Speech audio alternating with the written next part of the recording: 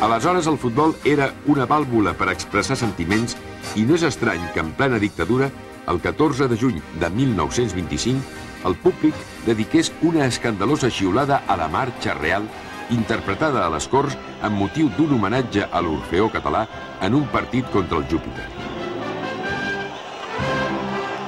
A la mitja part del partit, una banda d'un vaixell britànic ancorat en el port va interpretar la Marxa Real, que va ser rebuda amb una escridassada imponent per part dels 12.000 espectadors que hi havia al camp.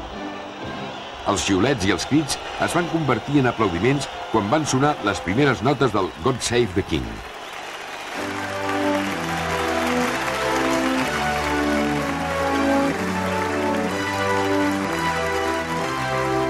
Gamper i els seus directius van adonar-se que tot plegat els podia costar ben car.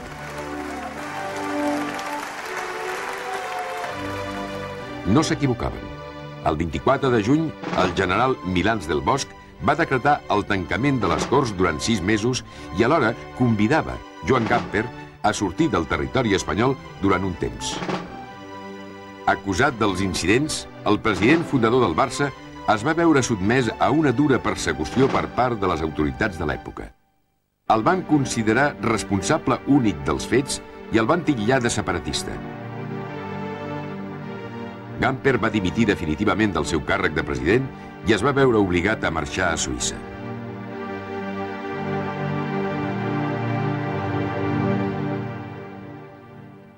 Va estar 6 mesos a Suïssa, li van permetre tornar a Espanya amb la condició de que mai més tornaria a ser president.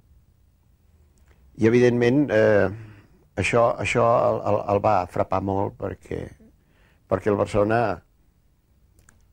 El Futbol Club Barcelona era la seva vida, era la seva obra, era la seva criatura que ell havia vist créixer i tot un plegat el van deixar sense poder-s'hi ni acostar. Això suposo que el va afectar moltíssim.